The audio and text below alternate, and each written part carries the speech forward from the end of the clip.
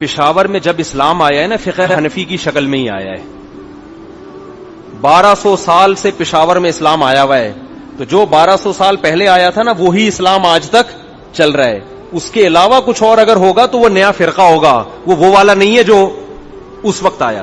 پورے بر صغیر میں جو اسلام آیا ہے، بنگلہ دیش میں، برما میں، اور اللہ بلا کرے دہلی میں، سہارنپور میں، پاکستان میں، لاہور میں، ملتان میں، خانیوال میں، کراچی میں، ٹھیک ہے نا.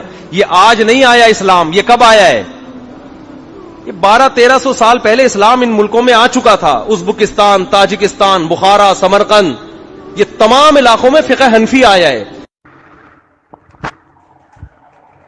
الحمد للہ رب العالمین والصلاة والسلام علی رسولہ الامین، اما بعد.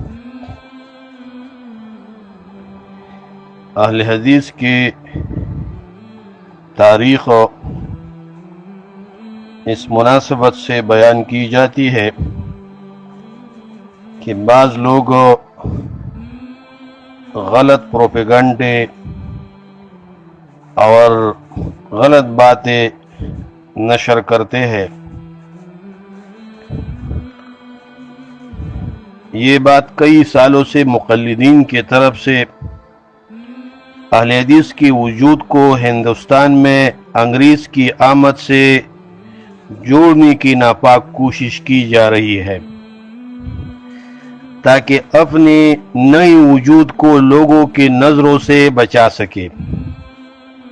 در حقیقت اہل حدیث ہندوستان میں ہی نہیں، پوری دنیا میں اس وقت سے ہے جب سے اسلام ہے.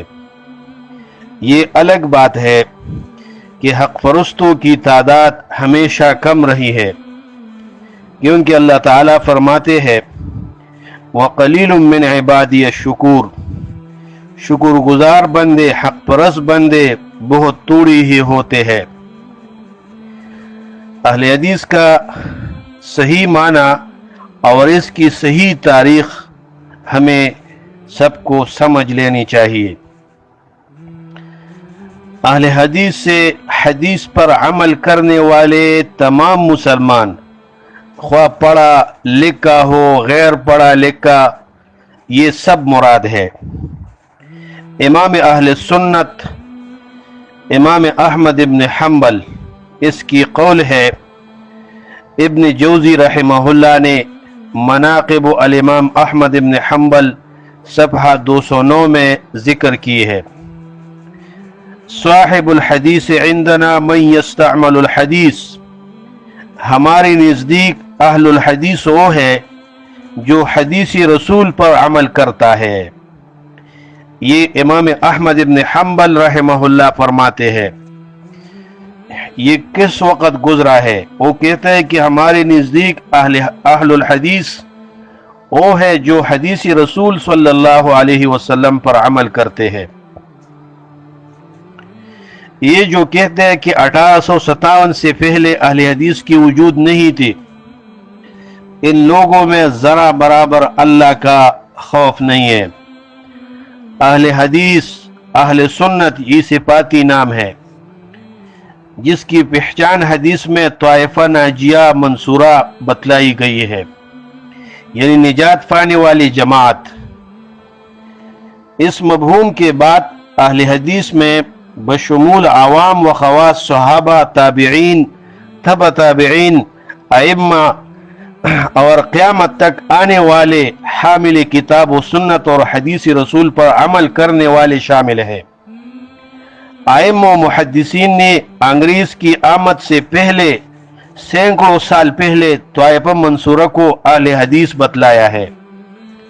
دیکھیں امام احمد ابن حنبل، امام بخاری، علی ابن المدینی اور بہت اہل علم طائفہ منصورہ اور ناجیہ سے اہل الحدیث مراد اور اہل الحدیث کو قرار دیتے ہیں. اس کے حوالے معرفت علوم الحدیث للحاکم جلد 2، فتح الباری جلد 13 اور صفحہ 293، سنن ترمذی مع عارضۃ الاحوذی جلد 9، اس میں یہ بات مذکور ہے۔ محدثین اہل الحدیث کے بارے میں کیا فرماتے ہیں؟ امام احمد ابن حنبل رحمہ اللہ بسند صحیح سے منقول ہے، علوم الحدیث للحاکم میں یہ بات مذکور ہے، ان لم یکونوا اہل الحدیث فلا ادری من ہم، اگر طائفہ منصورہ سے اہل الحدیث مراد نہ ہو تو پھر مجھے پتہ نہیں کہ کون مراد ہوں گے۔ اسی طرح امام ابن حزم نے بھی یہ صراحت کی ہے، اور علی رضی اللہ تعالیٰ عنہ سے کنز العمال میں یہ روایت آئی ہے کہ الطائفۃ المنصورہ المتمسکون بما سنہ اللہ لہم ورسولہ وإن قلوا۔ امام زہری فرماتے ہیں ان الناس کانوا فی حیات النبی صلی اللہ علیہ وسلم اہل السنت و اہل الحدیث۔ امام شعبی رحمہ اللہ فرماتے ہیں کتاب الاعتصام میں شاطبی کے، انما حلقتم حین ترکتم الکتاب واخذتم بالمقاییس۔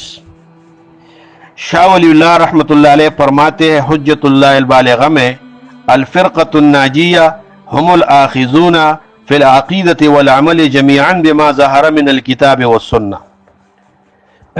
اسی طرح یہ تصریحات ہے علماء کے کہ فرقہ ناجیہ سے مراد، فرقہ منصورہ سے مراد اہل الحدیث ہے۔ امام طبرانی نے اوسط میں علی رضی اللہ تعالی عنہ سے روایت نقل کی ہے، اور جامع صغیر للسیوطی میں بھی یہ روایت موجود ہے کہ نبی صلی اللہ علیہ وسلم دعا فرماتے تھے، اللہم ارحم خلفائی الذین یأتون من بعدی الذین یروون احادیثی وسنتی ویعلمونها الناس۔ یا اللہ میرے خلفاء اور نائبین پر رحم فرمائے، وہ لوگ جو میرے بعد آئیں گے، میرے احادیث روایت کریں گے، قال قال رسول اللہ یہ فرماتے ہوئے یہ روایت کریں گے، اور رسول اللہ صلی اللہ علیہ وسلم کی سنت روایت کریں گے، وَيُعَلِّمُونَهَا النَّاسِ، اور رسول اللہ صلی اللہ علیہ وسلم کی سنت لوگوں کو اس کی تعلیم پہنچاتے ہیں۔ تو ائمہ حدیث اور حدیث میں یہ بات، اسی طرح ہزاروں ائمہ اور محدثین کے اقوال اس بات پر موجود ہے، لیکن دوسری طرف ہم جب دیکھ لیں انصاف کے نظر سے کہ ایک عام طالب علم یا عام آدمی بغیر کتاب اٹھا کے اور بغیر تاریخ کے اس کو یہ بات معلوم ہے، اور یہ بات کہہ سکتا ہے کہ دیوبندی کی ابتدا مدرسہ دیوبند کی قیام سے پہلے اس کی کوئی وجود نہیں تھی۔ اسی طرح تبلیغی جماعت کی ابتدا ریون سے قبل نہیں تھا۔ اسی طرح پنجپیری جماعت کی ابتدا پنجپیر سے مولانا محمد طاہر سے پہلے نہیں تھا، اور سارے احناف کی ابتدا حجت اللہ البالغہ میں شاہ ولی اللہ رحمۃ اللہ علیہ فرماتے ہیں کہ چوتھی صدی سے پہلے کوئی حنفی کی وجود نہیں تھا، یعنی لوگ حنفی مذہب نہیں تھے، یہ فرقہ واریت، حنفیت، شافعیت اور یہ مذاہب اربعہ چوتھی صدی کے ابتدا میں شروع ہوئی ہے، یعنی چوتھی صدی سے پہلے اس کی کوئی وجود نہیں تھا، یہ شاہ ولی اللہ رحمۃ اللہ علیہ فرماتے ہیں۔ اعلام میں امام ابن قیم رحمۃ اللہ علیہ بھی فرماتے ہیں۔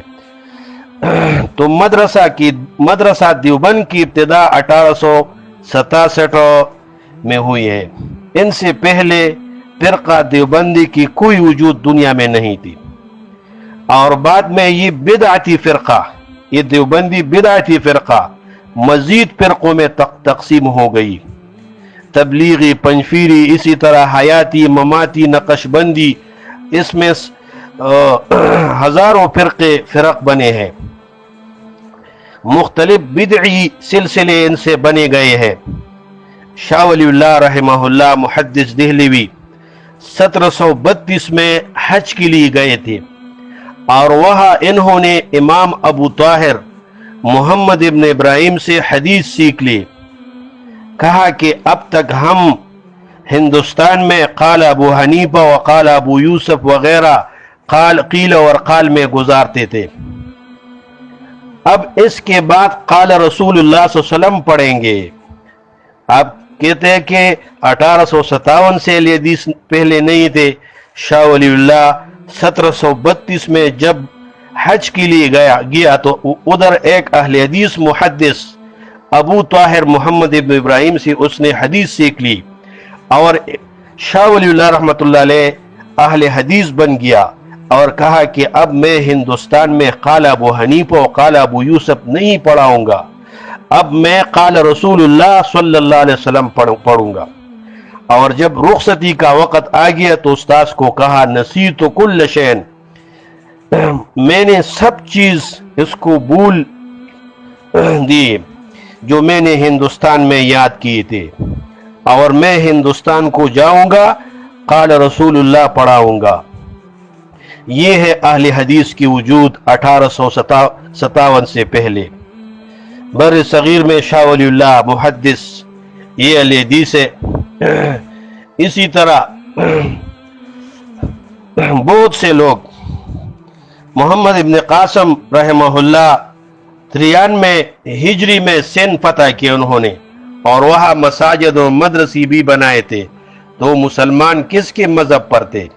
اس وقت ابو حنیفہ کی عمر 13 سال تھی، اور احناف کی کتابوں میں لکھا ہے کہ ابو حنیفہ نے 27 سال کی عمر میں علم شروع کیا۔ یہ جواب چاہیے کہ جو سندھ میں مساجد اور مدرسے بن گئے تھے وہ کون سی مسلمان تھے؟ حنفی، مالکی، حنبلی، شافعی، جعفری، شیعہ، کون سی مذہب پر تھے؟ سارے یہ صحیح قرآن و حدیث کے ماننے والے تھے، اور ہم باوثوق تاریخ سے کہہ سکتے ہیں کہ دیوبند اور آل دیوبند کا انگریز سرکار سے دوستانہ تعلقات ان کی کتابوں سے ملتے ہیں۔ اس بات پر بہت تفصیل لگتی ہے، وقت زیادہ لگتی ہے، لیکن اختصار کی وجہ سے میں ان کتابوں کے حوالہ آپ کو دیتا ہوں۔ ان کے لیے حاشیہ سوانح قاسمی دیکھو، جلد 2 صفحہ 247۔ مولوی محمد قاسم نانوتوی کا انگریز کے ساتھ تعلق، یہ تذکرۃ علماء ہندوستان فارسی میں ہے، صفحہ 210 پر لکھا ہے۔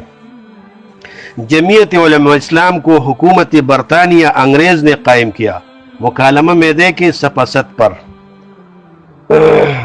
تو اب آپ سب انصاف کریں کہ انگریز کے پیداوار کون ہے، اور پرانی جماعت رسول اللہ صلی اللہ علیہ وسلم کے دور سے، صحابہ کے دور سے، حنفی، شافعی، مالکی، دیوبندی، پنجپیری، تبلیغی، جماعت اسلامی، یہ سارے خود ساختہ اور بعد میں پیدا ہوئے والے لوگ ہیں، اور اہل الرائے ہے، اس میں بہت سے بدعات ہے، حدیث رسول کے ساتھ ان کے تعلق نہیں ہے، تو یہ بعد میں پیدا ہوئے۔ لیکن رسول اللہ صلی اللہ علیہ وسلم کے ارشادات اور صحابہ کے ارشادات اور قول و فعل، اس پر عمل کرنے والے اہل الحدیث ہے، اور یہ جب سے اسلام ہے اہل الحدیث کی وجود ہے، اور انشاءاللہ قیامت تک باقی رہیں گی۔